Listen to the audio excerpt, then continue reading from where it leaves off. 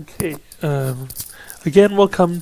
This is chapter 10. Welcome to Psych 212. We're going to talk about chapter 10, between subject experimental design. Okay. So far in the last couple of chapters, we cover the survey.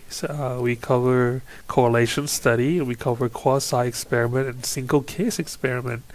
Last chapter. This one, the next two chapters, we're gonna focus on what we call experimental design. If you remember from last week or last chapter, we talked about quasi experiment. Quasi experiment differ from experimental design with the point that experimental design, they are randomly selected. So we make sure that the participants are randomly selected and there's no bias with the participant, and we truly eliminate any other variables by doing that.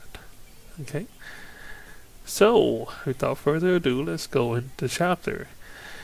So this chapter we're going to talk about as two type of experiment. One is called between subject design, and the other one is called within subject design. Within subject we'll talk in chapter 11. So right now we're going to talk about between subject, which is chapter 10 at this point. Okay, between subject, what is it is that the participant actually divide into groups. Okay, randomly selected the participant, and then you randomly assign the participant into each group. You could have 2, 3, 4 group, however many groups you want, depending on how many things you are manipulating, how many variables you're manipulating. So one of those group hopefully is your control group, which means that you're not doing anything with that group. So you could actually compare with control group with the treatment groups. You actually will have 1 treatment or 2 treatment, 3 treatment, whatever that number might be. Okay, and what you are doing is you actually assigning randomly all these participants into those groups, and you observe all of them all at once to see how they actually differ from one another. If you remember the famous study of Bobo doll study by Albert Bandura, where the adult actually beating up the Bobo doll in front of the kids, and then see how the kids would react. The control group is the doll would play nicely with the doll, and then the experimental group would be the doll would beat up the doll, and then you would see how the kid would react with the doll.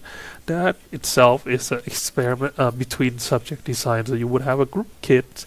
Let's say you have 10 or 20 group of kids watching the adult playing nice with the doll, and you have 10 or 20 group of kids seeing the adult beating up the dolls, and then we'll observe their behavior afterward. So you want to have a control group, like I said. You want to make sure you have an experimental group, a treatment group, and then the control group. The control group is the one that you're not doing anything with. You're just observing them. You could have them play games or do any other things aside from your experimental things that you're doing. So with the experimental group, you make sure that you actually manipulate, have some type of setup somehow. So in the experiment that I just mentioned from Albert Bandura, the Bobo doll study, so the adult would actually beat up the doll. You would have adult beat up the doll. That would be the stage manipulation. You're actually setting up for them to do something to as a stage. Okay. Natural manipulation would be you dimming the light, make the room colder, hotter, or have a soft sound, loud sound in the background. So things that actually they could experience while they're in the room. They may not pay attention to those things, but that's something you can observe as well. Okay.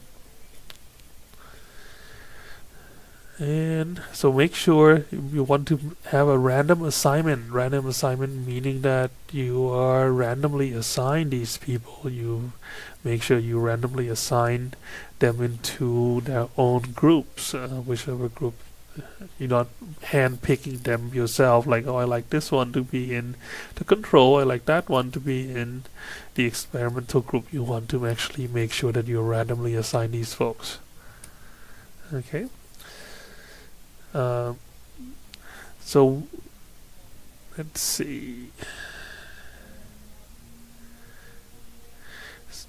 Something that you could, when we do these experimental group, one thing that we want to look at to make sure that there's not going to be error in the participant in each group, anything that would cause the error. Also, the statistical analysis that we're going to use is we can use a t-test to actually test out to see there are differences in the treatment group A and B. If you remember what t-test is from your stat class, t-test is basically looking at the differences, whether there is a significant between two numbers, the two means of between the group. And then we look at the means different attributed to errors as well to calculate those out. Okay, so t-test, this is what we prove. If you have two groups, this is what we used to prove to see whether those numbers are significant from one another or not. Whether there's a cause and effects relationship between those two variables. We could also use one-way ANOVA if you actually have two or more levels. If you have two more conditions, we could use one-way ANOVA. And if the ANOVA show a positive, there's a differences between those two groups, then you actually have to run your test with post hoc tests. Post hoc to actually confirm that those two variables there are significant in those two variables. Okay, so making sure if you're going to use t-test, you just run the t-test. We could actually see if you're going to use one-way ANOVA, you actually have to run post hoc afterward as well. So you want to change code things numerically. That's one thing that you have to do. So even they respond to male and female, you could actually calculate that out too by converting male to 0. That's what we do most oftentimes, and female into 1.